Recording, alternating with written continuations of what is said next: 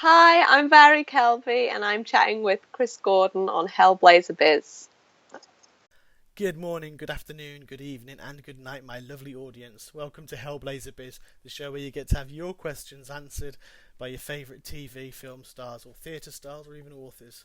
Hellblazer Biz is brought to you along with the BS Podcast Network, and I am always your host, Chris Gordon. Can't change that bit just yet, I'm afraid. Haha. Do you love Hellblazer Biz? If so, please help the show keep the show alive by becoming a patron. For as little as $1 a month, you can be part of the show. Find out more at https://patron.podbean.com/hellblazerbiz, or click on the Become a Patron link on hellblazerbiz.com, my website. Thank you for being a part of the show. I have a treat for you on the show today, an actress both very talented and beautiful.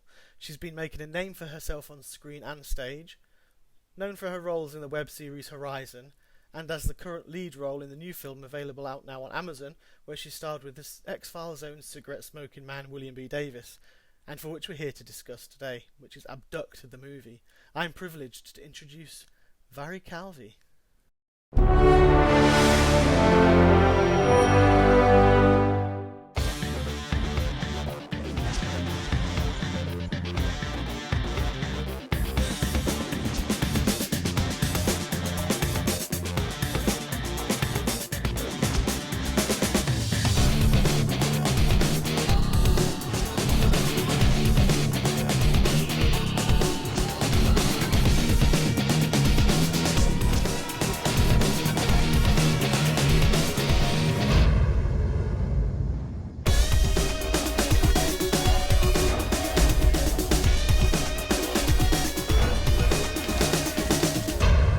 Good evening, everybody. I am here with the delightful and funny Mhairi, who we've just been chatting to previous to the recording. So, good evening, Mhairi. How are you? I'm very well, thank you. How are you? I'm great, thank you. I might just call you Kate for this. Yeah, do. It's my Starbucks name. Yeah. In joke, yes. Yeah. To kick it off with. Excellent. So, no, I appreciate you coming on. I appreciate you reaching out to me as well. That was absolutely fantastic to get that. Oh, thank you for having me on. No, you are most welcome. It's great to talk to you. I mean, I've followed you on Twitter for a while, and so yeah, I know of you from. So we've got a mutual friend in Kate Davies, who's now Kate Speak. That's right. Yeah. Yeah. So she sang your praises highly as well. So I was glad that you're on. Oh, thanks. Okay. So yeah, I've just got questions for you to talk about and try and find a bit more about yourself, and then obviously about what's coming out and why, and the film that's we're about to. Well, we should be able to still see on Amazon. I did see it the other day. I haven't had time to watch it yet, but I have seen it. Yeah, you can tune in on Amazon and watch it. Yep, I will be doing that. I apologise for not doing so already. Oh, no, not at all. I feel more relaxed that you can watch it after we've spoken. Yeah, it's a poor research and I haven't done my research. Oh dear. Okie dokie. So you're a Glaswegian by birth and you were raised on the Isle of Arran. Yes, that's correct. Yeah. Which is a beautiful place. How did you get into acting from there? I think I kind of, stumbled into it or got lucky. It was, I think I'd always loved film, and my mum kind of noticed when I was about 4 years old I was addicted to black and white movies. I would never watch cartoons. It was just all these old Fred Astaire black and white films that I loved. And then, as luck would have it, I was at school. I was really unwell. I had a really bad cold. And my mum decided to send me to school anyway that day, and luckily she did. And as I was leaving the school, the casting directors of Braveheart were driving past, and they spotted me and auditioned me in the playground. And about a week later, I was filming with Mel Gibson, so it happened really quickly, and very lucky. That's pretty awesome. Yeah. Your first ever role was Mel Gibson. There's a question I got later. I'm going to spring it back here now. Simon Barre Brisbois, who's a listener, he actually said, "How was acting on Braveheart? Your first experience as a child actress, and you were being directed and starring Mel Gibson, one of the most famous Hollywood actors of all time. How was that?" It was amazing, and he was such a nice guy as well. The set was really chilled out, and I can remember it all really clearly as well. And I still meet up with a lot of the cast members, so we always sort of exchange stories, and it's definitely, it's such a great way to start as well. Yeah. But I do remember a lot of the time when he rehearsed the scene with me before we filmed it. But of course, it's Mel Gibson, and he's got these big blue eyes, so even at 5 I was smiling away at him, and they had to keep going, no, you have to be sad, it's a funeral. But yeah, it was great fun, and I catch up a lot with James Robinson, who played the young William as well, so it's nice that we're all still friends sort of 20 years later.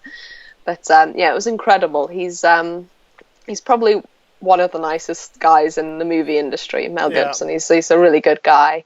So it was just the best start to learning the craft that you could possibly imagine. So I feel really lucky to have got it. Yeah, I mean, you hear so many, obviously, when you do start, you obviously go people with acting classes and stuff like that, and it's lovely to hear someone who has had that one break where it's just like, Yeah. It was definitely a good way of learning how to act quickly. Yeah, and that was, I take it was at that point as well, was when you decided this is what you want to do with your life. Yeah, it just felt, I just loved the whole experience. It felt like that was what I was meant to do. And I got really into it as well. The scene, I have to go back to my mother, the actress who plays my mother in the scene, and I remember Mel Gibson between takes said, "Oh, Mhairi, can you go back to your mom?" And I turned to him and I said, "Which one, the real one or the fake one?" So I was already kind of getting into it, which everyone at the time found funny, and I didn't know why. But it felt like that was what I was meant to do. Brilliant. I mean, you really can't think of it. It's like think of a better option. Yeah. There's nothing more to say about that, to be fair. I was like, it's Mel Gibson. I mean, I was happy enough because I think this was when I wasn't a kid. I was about 20 in my mid-20s. I did my first film that I did was a documentary, and it was with I was dressed. I used to do reenacting. The World War II reenacting. Yeah. I used to do either Americans or Germans, nice. depending on, because I like to learn about history and the actual side, the military side of things. Nothing political. Definitely. I'll state that now. It's nothing. But I was doing the German unit at the time. We got asked to go and do a documentary, and turns out it was Michael Sheard. Remember Mr. Bronson from Grange Hill? Yeah. Indiana Jones, which again, that's a link that you've got there. I love Indiana Jones. Yeah, so he was Hitler in there, but he played Hitler, and it was called Hitler of the Andes, and it was all about how he escaped after the war, and the documented evidence that showed that he actually did escape. And this, I mean, I came out thinking, I think that's actually quite true, but I was stood next to him, and he drank, and people with beforehand are trying to say, because I was only an extra, I was in the thing for about 2 seconds. I mean, I was plump, so it's like, you don't see a little fat stormtrooper sitting there. So it was one of them. But they all said, you're an extra, you're not going to meet anyone, you're not going to, don't mingle with the cast, don't mingle with the principal, he won't want to know you. Oh gosh. And I was like, right, okay. So I stood in the hotel bar that evening just getting a drink, and I turned around and he was stood right next to me, and I started trembling because obviously a huge Star Wars fan, so I was like, oh my god, it's Admiral Ozzel, and he looks at me and he goes, "Can I buy you a drink?" I was like, "Yes, sure." And the next 3 nights in a row, he drank us under the table every night. Really? Yeah. Oh my god, what an amazing story. That's so good. Recounting stories of all the Star Wars things, about the things that went wrong, and Empire Strikes Back, I think when Vader comes in. Yeah. They tried to do it as they did in Star Wars, but apparently because he couldn't see, the stormtroopers couldn't see because they had different masks, they kept standing on his cape and you just went thump. Oh, no way. So Vader's entrance originally was face planting the floor. Brilliant. Wouldn't have had the same effect, would it? No, not really. You like the spoof version of it. So yeah, that was probably my, not that it's about me, but I'm saying that's probably my first bit of filming. I did acting in school, and I wish I'd always carried on, and I really had it. It's a beautiful way to express yourself, I think, and it's brilliant. It's from the fact I've been lucky enough to do this for 2 years now, it's given me that thing. I really want to get back into it, because it's like Yeah. every time I think it's probably why I like doing this, is because I talk to guys like yourself, and the passion that oozes through about the whole thing coming back. It's inspiring, and and just, as I say, just speaking to you in the past 20-30 minutes that we've been speaking, there's that inspiration already coming through that it really wants, that pushes you on. So when you see you on screen and doing roles like that as well, it's like, it's a great thing to portray for people. Yeah, the greatest thing about it is that you learn so much about so many different types of people, and it's all the research. I love anything where I get to do loads of research and character research, so anything that's interesting. I'd love to do sort of a really good long drama, something like Bridges of Madison County, where it's sort of real stagecraft and acting. That would be amazing. But yeah, I love it. It's the best job in the world. It is. Totally envy you. Very Get back into it. Yeah. I would. It's just it's the bills, unfortunately. That's the problem.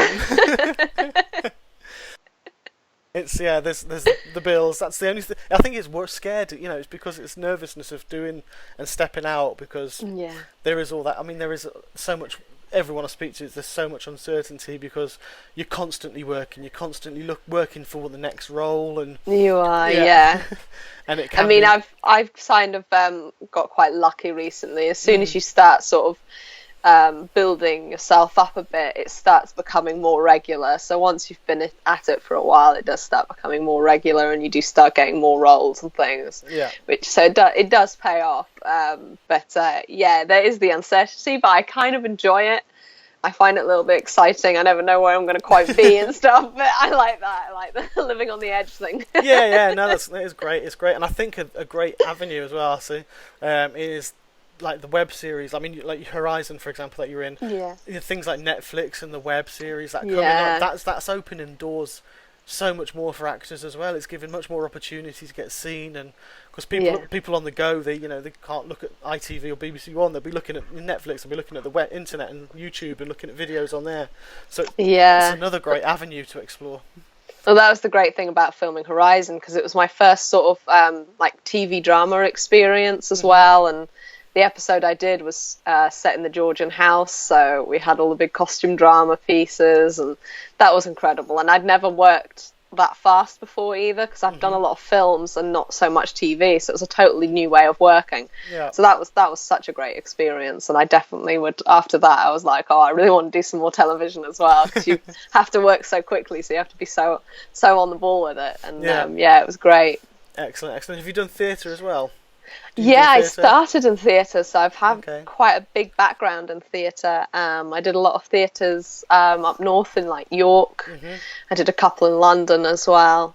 But I did a lot, especially around the time I was in drama school and just before I went to drama school. All right, cool. Which do you prefer? This is a question I catch everyone with. I think film. For me, I love film. Maybe that's because that was my first experience acting was in film, and I'm just such a movie lover. But I've got a friend who's doing Angels in America at the National, so I'm like, I really want to do that. So now and again, it would be nice to sort of do a play a year, I think. Yeah. That would be really great. That'd be nice. Yeah, definitely. Yeah, there is something about stage. I think it's a whole different feeling of being in stage. I'm talking from it's 20 odd years ago. Well, no, it's more. It's 25 years ago since I did my staging stuff with school. So yeah, as an audience member, there's a much more of an intimacy there, and I can picture myself in TV. I can't really picture myself when I'm in a film or something. I can't see myself there. But my wife would tell you, our eyes are streaming every time because we love musicals and that kind of theatre, and even normal theatre. I went to see the Crucible 2 years ago with John, Joe and Neil. Love that play. And it was a very strange rendition of it, but it was good, and it was in the round, and it was brilliant, and I could vision myself as one of the characters, and I transport myself on stage then, mentally, and it's just a whole good feeling. It's just amazing. Yeah, it is. That's one of my favourite plays. I think if I had to choose a play to do, it would be The Crucible. I think it's so amazing. I love it. I've got a copy of it and read it all the time, and I'm like, oh, maybe I can turn it into a movie. I know it's been done, but maybe they can do another one. yeah, I'm sure. It's a long time ago since they last did one, so yeah. Yeah, they did. So yeah, do another one. It was very, it was all in the round. It was very strange. But it was, you like it. It was a great play, and it's very harrowing, and it's deep, and it's And John Joe played John Proctor, and how the guy survived every night was unbelievable. Yeah, I think that's the great thing about it, though, is it kind of keeps your body on form, and you're mentally focused a lot in theatre. Because again, you know, as soon as you walk out there, you have to be so on it, where in film you kind of get moments where when they cut you can relax for that moment. If you go wrong again, you're covered by the editor, but with theatre you have to be on the ball. You can't drop it. Exactly, it's like a one take wonder. Yeah it really is. And I think with the theatre as well, I think it was Mrs. Brown's Boys. Did you watch Mrs. Brown's Boys? Do you like that? Yeah. It's Rory Cowan, obviously Rory the camp one. Brilliant. He's such a nice bit. He said to me, what's his name now? The one who plays Mrs. Brown, but Brendan O'Carroll. Oh yeah. Apparently he tells them every night as well. He changes things around, or he tells them what they want, because you might have done this 5 or 6 times, but this is the first time the audience have seen it. Right. And because at every performance they go on thinking with the mentality, this is the first time we're doing it because it's the first time the audience have seen it. And I think that's something good with a stage performance as well, if you can think of it like that.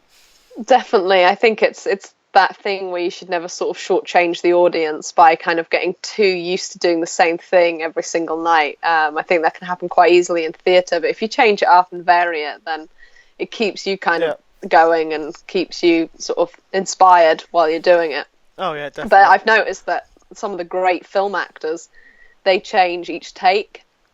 So they'll keep all their continuity the same, but the way they decide to perform it will be completely different every single take. So it gives the director and editor loads to play with, and I think that comes from because they've got such a big theatre background as well. Definitely, because it's a lot of improv, and you have to be prepared to do that improv in theatre. It's instantaneous. There's a girl called Erin. She was in a film called Cell with Samuel Jackson. And she said, but he was so switched on because she started to ad-lib, and she's a theatre actress as well, and she came from there. And she did, sorry, no, steering right away from the questions I've got. But she was with him, and there was a part of the scene where her brother was dead. It was he'd been killed. And she just decided, like that, she was going to turn back to go to her brother. And it was just an ad-lib thing, and she said she did that, and Samuel Jackson immediately knew exactly what she was doing. She'd never done it before. He just grabbed her and goes, no, come on, we can't do it, he's gone. And it was just, the symbioticness of how good that can be, and that can sort of translate that, That's amazing. Yeah, it was just... So I thought to share that. Was a lovely. I thought it was a brilliant story. That's great. She just said just an ad lib, and immediately, the other players knew exactly what was happening. There's nothing nicer than sort of working with like a group of actors and all playing off each other. It's a brilliant feeling. Excellent. Kind of who inspires you or inspired you in the world of acting? I love actors like Meryl Streep and Edward Norton. I especially love Edward Norton. He changes so much in film. You don't recognise him from one thing to the other, and I love that. I think a lot of people wouldn't recognise him down the street either because he's so different and everything. You don't kind of put, from what you see in Primal Fear to American History X as just from one end of the scale to the other. And I think he's so incredibly talented. I love actors who can completely transform themselves. Yeah. So. And that's sort of what I'd hope to do is, I love getting really big character roles. I did a really nice little film called Alan, where I was playing an alcoholic mum. So I was sort of in the chav gear with burn marks and it was so much fun to play something so extreme that most directors wouldn't have cast me in that sort of role, but this director hadn't even met me, and he just sent me the script and said, do you want to do it? So he took such a huge gamble giving me that part, but it's great when you get sent stuff like that, and that's the sort of thing I like to do as well. Excellent, excellent. I mean, I've seen some of the stills from various things that you have done, and you can see you do change. You have got that, because there's some things I'm thinking that's not Mhairi. Yeah, I can look like hell in films sometimes. They make me look awful sometimes. But you know, it's not just it's just you do physically in those things you do, yeah. But it's obviously, like you say, the mentally thing as well, to completely change your character and who you are. Yeah. And that's what makes a really good actor or actress. So. Yeah, I'm sure I will watch. I'll be watching Abdic, because I unashamedly admit that I haven't seen it, as I will be watching it. So I will check. I'll be sitting watching. You'll have to let me know what you think. I do, actually. It's right. We'll get onto that, but it's right up my genre. Oh, cool. Yeah, Okay. it's definitely in my genre of good films to watch. If there's, I mean, going to carry on with inspirational actors. If there's any out there who you'd love to work with, who would it be? Again, people like Meryl Streep, Edward Norton. There's so many actors that you can learn. I mean, I found this when I was filming Abduct, actually, because Mark Arnold, William B. Davis, they've got such huge theatre experience. They've directed about 70 plays each. They've starred in loads of plays, films, TV. They've done everything. So it was great just working with them. Mm-hmm. And I also had to help William with an audition one night after filming.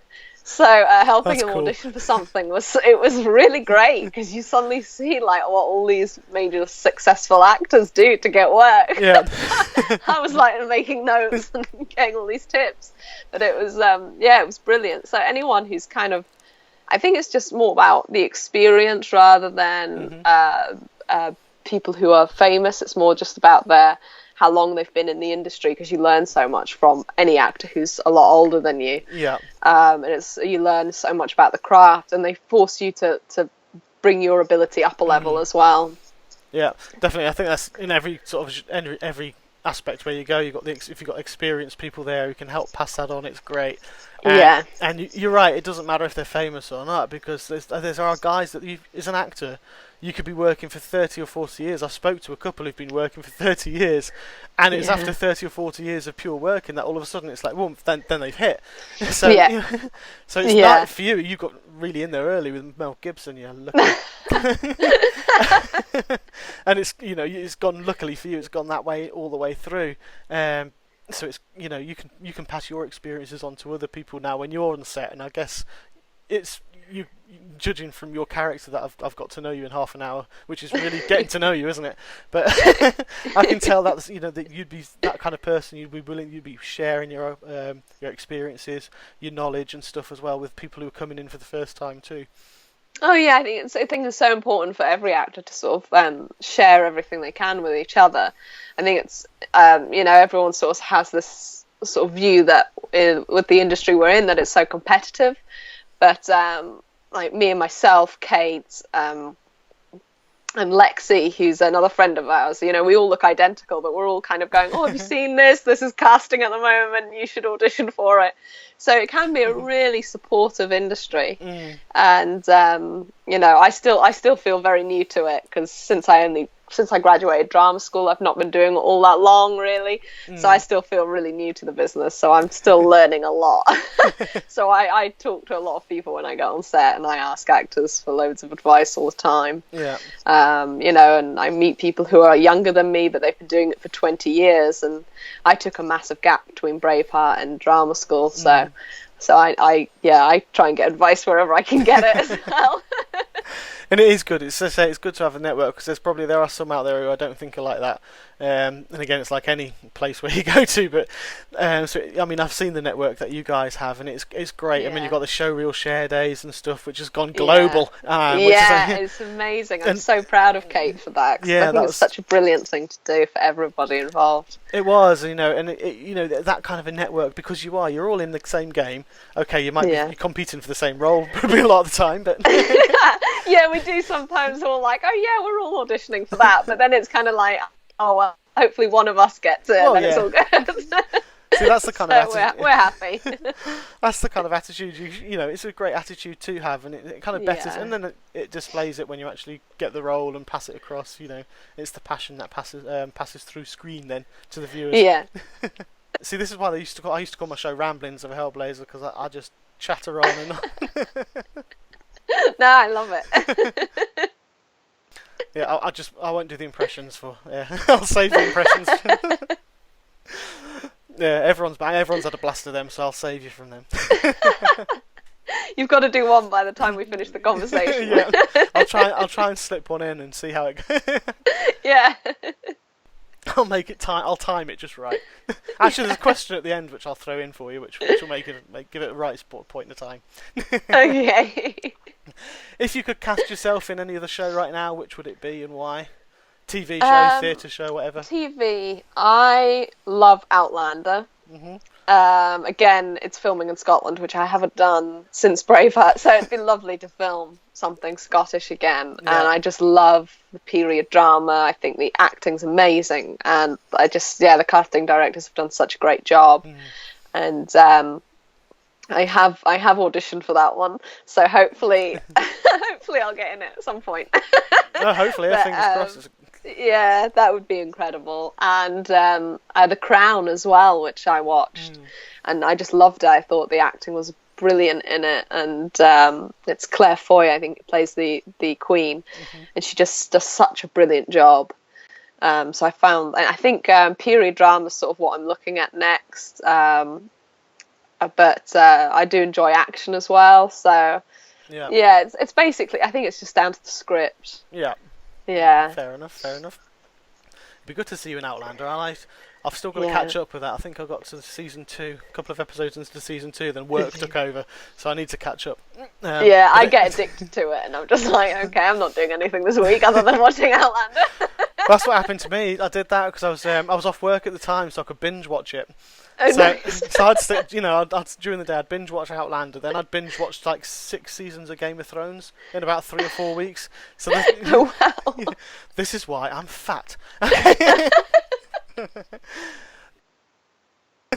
So yeah, it's a bit Outlander was when you can't not watch the next episode. It's one of those. Yeah, you are. You get to the end of one episode and you're like, oh, I have to see the next episode. And it's 3 a.m. and you're still sitting on your sofa.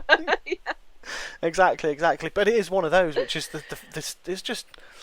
it's just brilliant. Everything about it. You've got the drama. You've got aspects of comedy in there as well. But yeah, you do, and a little bit of action, and there's a bit of everything in there. It is. It's a great series. So fingers crossed. I hope I get to see you in that.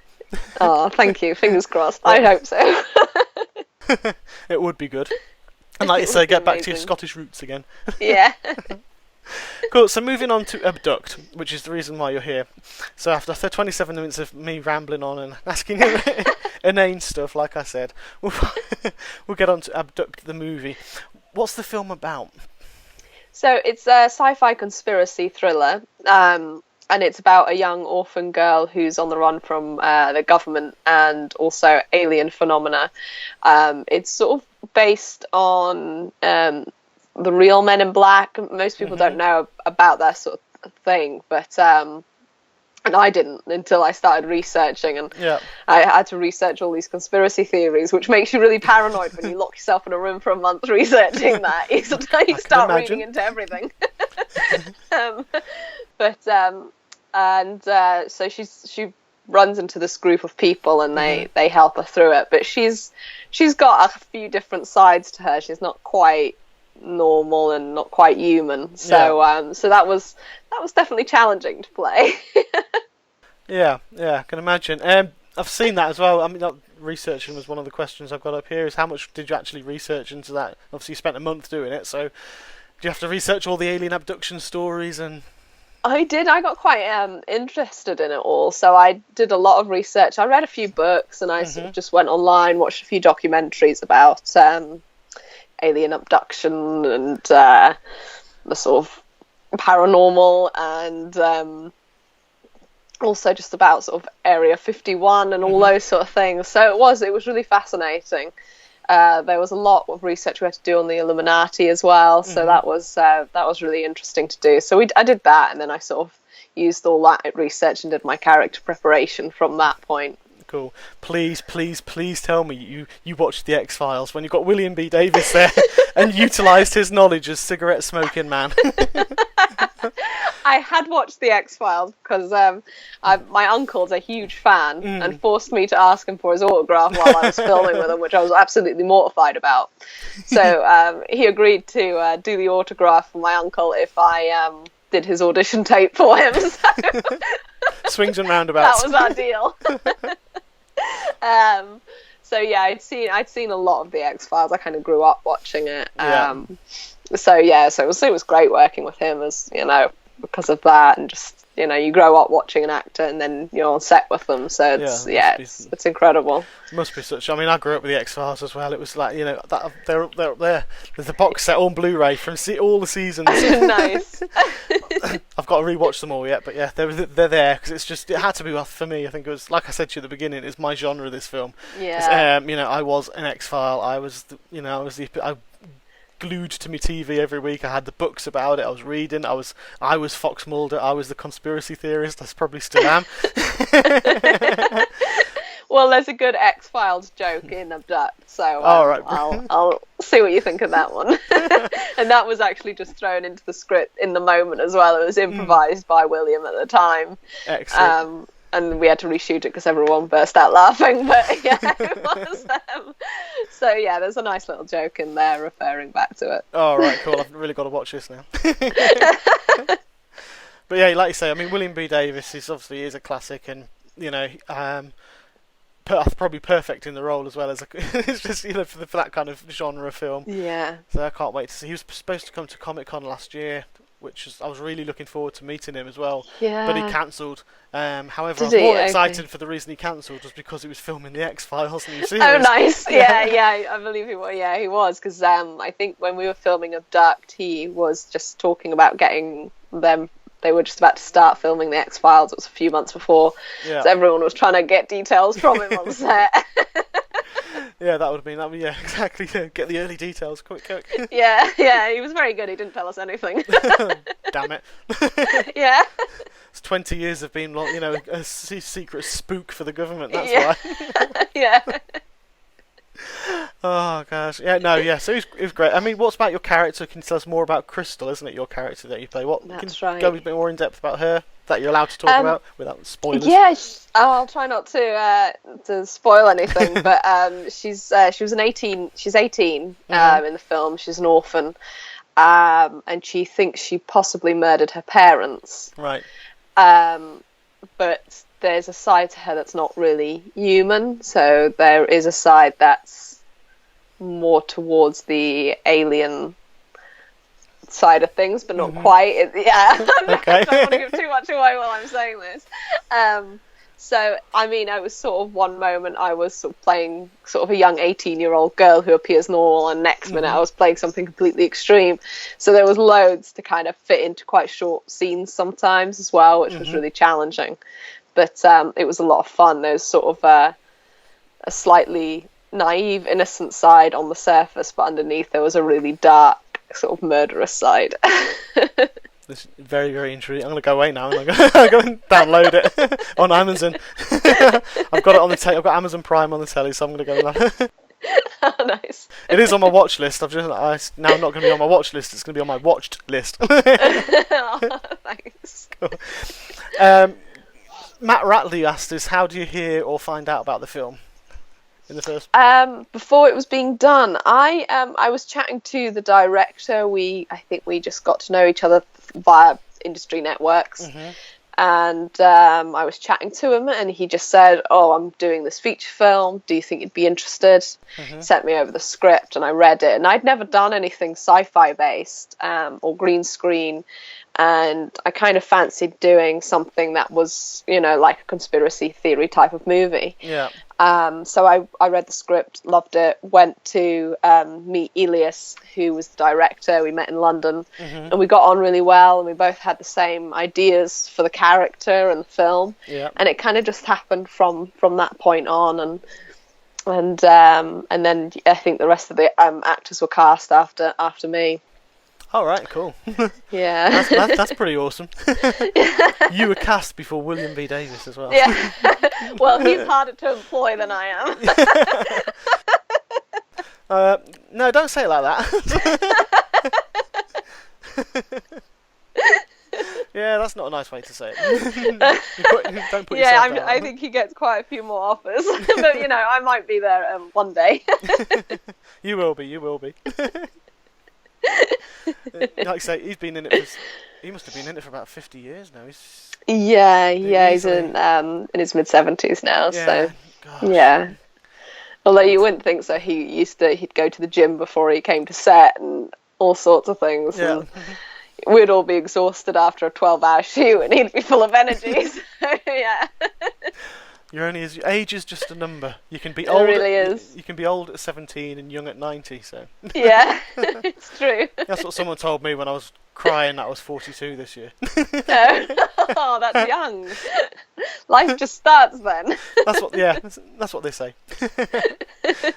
Do you believe yourself in the supernatural and ghosts and aliens, or did you not and you do now? Well, apart from that month where I was researching a lot, and it did start making me a bit paranoid and nuts. I think it's I wouldn't say I sort of believe in aliens like X-Files, ET. But it's, I think there's other life forms out there. I think there kind of has to be with the universe being as big as it is. And I'm sure when I was a kid, I believed in ghosts and all the rest of it. I'm sure if you ask my mum, she's probably got a load of embarrassing stories about that. I think it's sometimes it's quite fun to believe in those sort of things. I think. Yeah. Fair enough. I'd love all aliens to be like Paul, personally.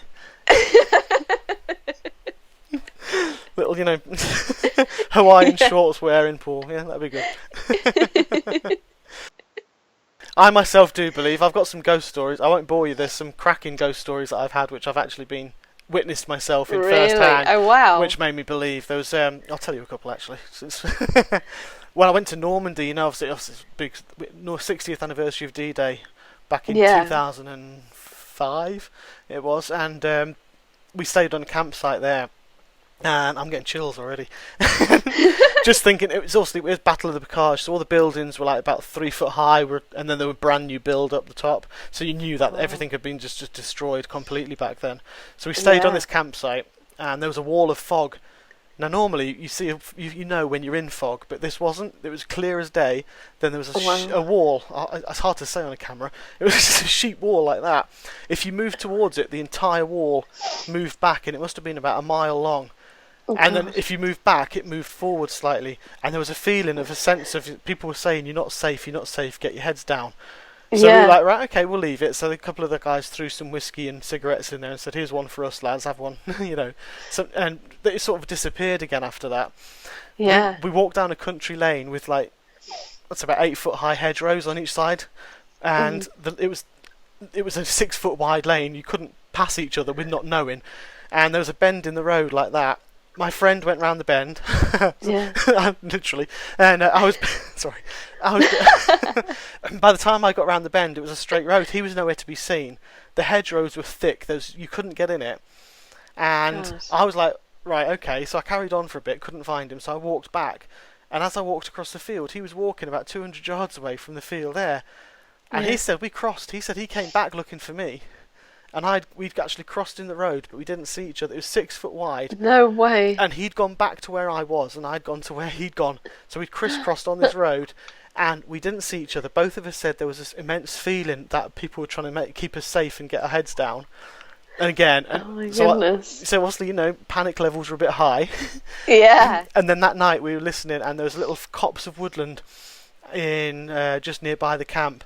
And we were all about 10:30 at night. We were all silent, and all we heard was this "Macht fertig," and it was the cocking of a machine gun. And "Macht fertig" in German's "make ready."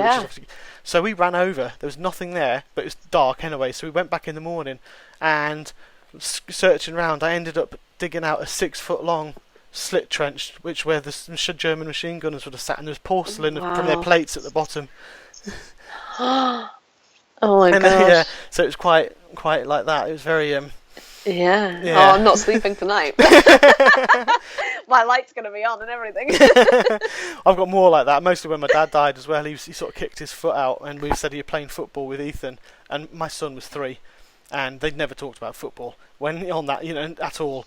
And he just kicked his foot, and we like, oh, you're playing football with Ethan. And the next day, because I was with him all night, my dad, and the next day, my wife was saying Ethan had woken up because he was a bit disturbed, and I said, what time? And it happened to be that sort of time when we'd asked that question.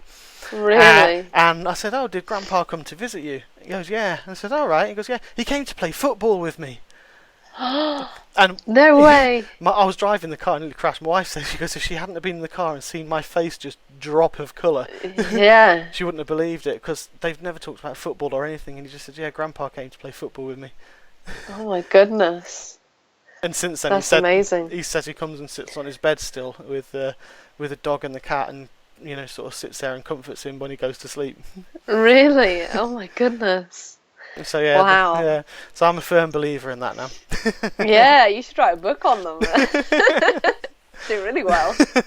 Oh yeah, that'd be good. Well, not now. Everyone knows my story, so. It's all right. Quickly copyright. Yeah. Yeah, no, but yeah. So that's sort of a long-winded way of saying, obviously getting into the ghost, but that Normandy experience was so. It was something it really is hard to explain when you're talking. It's to explain how the creepiness of it and the emotion of going through and seeing and hearing all that. It was very, very good. Oh, cool. Wow. So moving back to Abduct. The movie, where it's on Amazon. Is there anywhere else people can see it? It's on Amazon. I believe you can buy it in some retail stores as well, although I haven't looked. I haven't bought a copy yet. I know. My boyfriend went and bought a copy, and he was like, do you have a copy? I don't, actually. I'm terrible. I never buy my own work. But it's on Amazon. Yeah. I think that's probably the easiest way to get it, but you can order the DVD. Cool. As well, or you can download it, yeah. Yeah, well, you're redeemed if your boyfriend's you've got a copy in the house because your boyfriend's got one. So you are redeemed. But that's another thing as well. Think about it, because hardly a lot of actors in you don't like. Do you like watching yourself back on the show, or because it varies? I think about who likes to do it and not. I don't mind. I used to hate it, and then in drama school in our film class, we used to be made to watch all that stuff back. Mm-hmm. So you kind of, after 3 years of doing that, you're really used to seeing yourself, and I kind of judge it from a third person. So I'll be like, oh, that wasn't great, and oh, I was better there, or it's when I make myself believe myself, that's when I know that I've hit the right mark. But yeah, there are some times where you're like, oh no, I sucked then. But you have to learn from it, and and make sure the next thing you do is even better. So I don't mind it too much. I think it's I think the longer you're sort of in the industry, the less that bothers you. Yeah, because I think you sort of get the more used to how you are on screen as well. Because speaking to the people I've spoken to, it's been very, very, I'd say 50-50 whether people watch it back or not, for the reasons that they just hate watching yourself. I mean, I openly admit, I don't watch my shows much. I mute myself. I hate my. I'm not the only one. My wife won't watch the shows either because she doesn't like my voice when it's recorded. So it's like. Oh no! She'll kill me. So many people hate the sound of their own voice, and that was harder for me rather than watching myself, was hearing my own voice. But again, I've got used to that as well. I'm getting more used to it now, but it still drones in my ear like. So when I play these back and stuff, it's like I'll fast forward the bits I'm in, but but because I'm actually because I want to learn and figure out where I've gone wrong or what I've done, what I'm doing wrong, like scratching my nose at the moment. It's things like that. You're right. You can pick up by watching yourself back. You can pick up things that you've done that you could actually, think, right, okay, when that comes to me again, that's another challenge. That's something I can do differently. I can better my performance in that way. Yeah, I think it's the best way to sort of self-educate and to know more about how to improve with your, whether it's acting or voiceover or whatever it is that you're doing. Yeah, I think it's a good way to learn, but it does take a while before you get used to seeing yourself. Yeah. There's no hiding from it either when you're on a cinema screen or something. You're like, oh god, everyone can see this. Exactly, a big 50-foot screen. You're just like, oh no. Everyone's heads turn and go, that's her. whenever we're at a screening of Braveheart or something, David O'Hara is always hiding in the back, like, I'm so embarrassing in this, and I think he's brilliant in Braveheart, but he's always so embarrassed whenever we watch it together. So yeah, I think every actor's sort of, you know, he's a usually successful and experienced actor, but he still sort of goes, oh my god, whenever he sees himself. Fair enough. Is there anything else coming up besides obviously Abduct, which is coming out, or it's already out, so to say? Is there anything else that we're going to see you in? I'm aware of a few things you've got going on. Yeah, I've got I did quite a few. There's quite a nice few films that are coming out that are different. I've got a nice little horror that's out, and I've got an action movie that's going to be released soon, called Eden Grey, and that was so much fun because that was sort of a female Jason Bourne. Oh, nice. So yeah, it was sort of a dream role for me again. And the script was brilliant, and we filmed in London over a period of a month. And I'm trained in Krav Maga martial arts, which is Israeli martial arts. Oh yeah, I'd love to learn that. I really would. Oh, it's so brilliant. I love it. I get back after class and I'm like, this is what you do and this is how you defend yourself. Like showing all my family. But yeah, I love it. I train in that sort of every week, and it was nice to be able to put that onto screen and actually sort of, you know, do my own stunt fights, and yeah, so it was great. And we would do sort of full days of just doing all the fight stuff. So that was brilliant. Yeah, I loved it. So I'd love to do something like that again because it was a lot of fun, and physically it's great because, you know, you're bruised. Completely bruised afterwards, throwing yourself on the floor and stuff. Yeah. But yeah, it's great fun. Excellent. Horror, is that Dark Ascension? No, the horror film is just a short film. I haven't filmed Dark Ascension yet. That's hopefully coming up soon. All right. I'm not allowed to talk about that. I probably shouldn't say too much about that. Fair enough. We'll skip through that. It's on IMDb as a title only. So yeah. we'll slide that through. But I did a nice little horror short with James Webber, which was a lot of fun. And James has done, you know, he's famous for his horror films, so it was brilliant working with him on a horror film, and that was great. We did a full night shoot on it, so it was great, and we all slept in the same house, all of us, and then would film throughout the night, and then fell asleep at the end of the shoot. And I had sort of a big had to put loads of effects makeup on me at one point, and I fell asleep on the bed, and they just literally painted my face. And then they called me and went, Mhairi, can you come to set? And I just opened my eyes and went to set. I was so tired. But yeah, so that was good, fun little horror to do. So yeah, it's great when you get stuff like that. You know, such a mix of work. Yeah, excellent. I say there is a lot that you're coming out. So you know you've already got there, like you say. You know, you say you want to get there, but your IMDb, you've got a lot of credits on there. You've got a lot of stuff coming out as well, which is great. Thank you. So obviously, you are good at your trade. Oh, thanks. You're welcome. So the last question I'm going to do, and this is where the Muppet thing is. Before I stop recording, I did this because I actually had a Muppet on last year, and it was the first time I could turn around to someone and say, "You are a Muppet," and he was true. Brilliant. He'd been a Muppeteer for Jim Henson for 25 years, and he's worked on Sesame Street, the Muppet, and stuff like that. And the question came out of it, and I was like, I've got to ask everybody this question. Okay. So yeah, prepare. Oh no. If you could be a Muppet or have a Muppet character made of you, what would it be and why? And it doesn't have to be one that's already out there. It could be a mix of them, or. Oh my goodness. Oh, that's difficult. What's yours? I'm going to do me a thing. I'm not. I can't think of mine actually. I haven't got one, to be fair. Don't you? I think it's more probably Fozzie Bear, a bit of a failed comedian. But no, I've got the I do them for it's why are there so many songs about rainbows? That's brilliant. Okay, you've got to be an actor. Kermit one. And you've got the Fozzie Bear is Miss Piggy is a Kermit, I am the star of your show. That's Because I love Kermit. Kermit was always the one that I really loved. So he's got to be my favourite. Yeah. So I think for me it'd be something like that. I've kind of got a very childish side sometimes. I mean, I can be sensible, but yeah, if you ask my boyfriend, I'm constantly lively. So I think something like Kermit would probably be mine. Fair enough. I'm like that. I keep getting told off because I end up, if we were going to the supermarket and stuff like this, my wife just hangs her head in shame and walks off, because you can always see me and my son will turn around, we'll be like that, walking down like...